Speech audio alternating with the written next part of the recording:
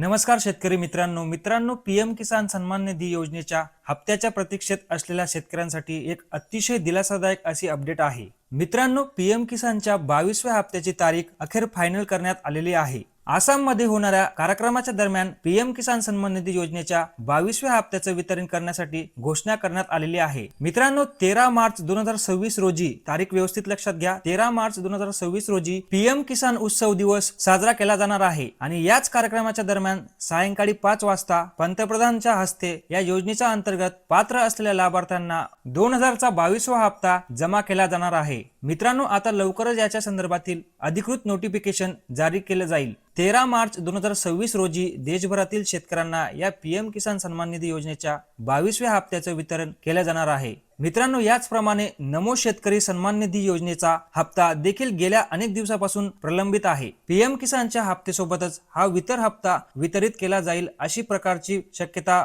वर्तवण्यात येत आहे, परंतु अद्याप याच्या संदर्भातील कुठलीही घोषणा करण्यात आलेली नाही। त्याच्याच संदर्भातील अपडेट आल्यानंतर ते अपडेट देखील आपण नक्कीच जाणून घेऊया। जर तुम्ही आपल्या चॅनलवर पहिल्यांदा आला असाल तर आपल्या चॅनलला सबस्क्राइब करून ठेवा। अशाच नवीन अपडेटसाठी आपल्या चॅनलला सबस्क्राइब करा। धन्यवाद।